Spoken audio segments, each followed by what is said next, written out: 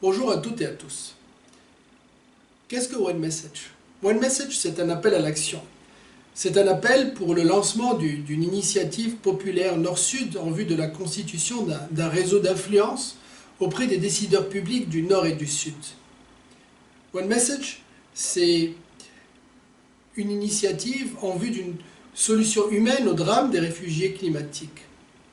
Parce que chacun de nous a le pouvoir d'agir.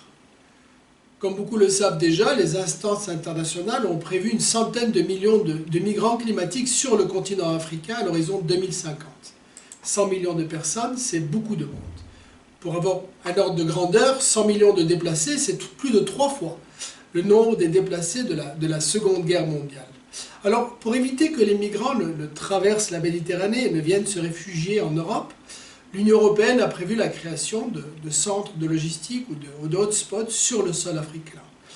En clair, cela revient à sous-traiter la détention de gens, de femmes, d'enfants, d'hommes, des familles entières qui seront triées par des policiers et des militaires européens en Afrique, dans ces camps.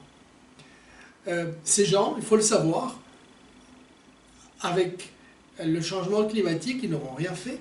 Ils n'auront rien fait sinon essayer de survivre parce que les conditions de vie sur leur terre d'origine ne leur permettront plus de vivre une vie décente.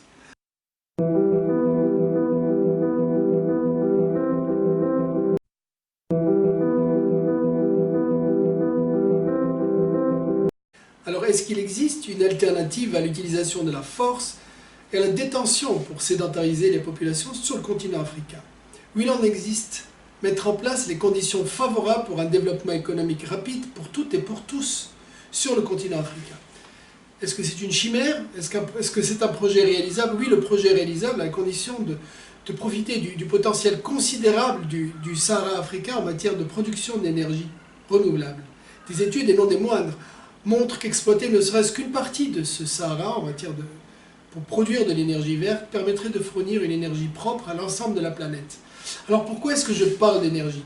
Parce que les conditions de sécurité et de migration sont étroitement liées à celles du développement économique qui lui-même est tributaire de l'énergie. Tous ceux qui ont eu la chance de voyager en Afrique subsaharienne savent que les problèmes de délestage sont fréquents dans de très nombreux pays. Or, comment industrialiser des économies dans de telles conditions? Et surtout, comment espérer sédentariser une population jeune sans perspective d'avenir? C'est une chose qui est impossible. Alors, l'idée de produire l'énergie verte dans le Sahara n'est pas tout à fait nouvelle. Le projet allemand Desertec l'a déjà envisagé il y a de cela pratiquement 20 ans.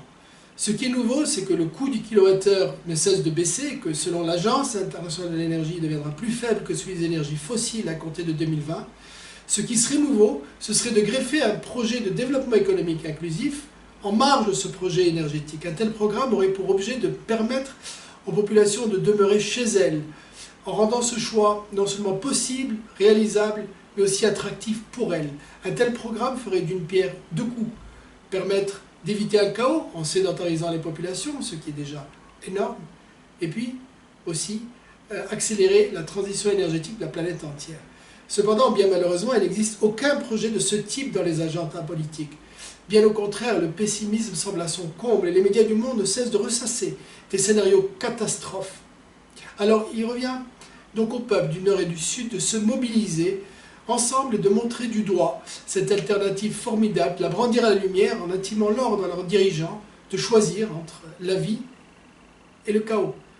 Alors, le projet serait de contracter un New Deal entre les deux rives de la Méditerranée, entre l'Europe, les États du Maghreb et ceux d'Afrique subsaharienne, en adoptant une nouvelle philosophie qui consiste à aider l'autre pour s'aider soi-même dans une perspective de moyen long terme et en pensant aujourd'hui aux générations futures afin d'éviter un chaos qui est déjà calculable et donc attendu.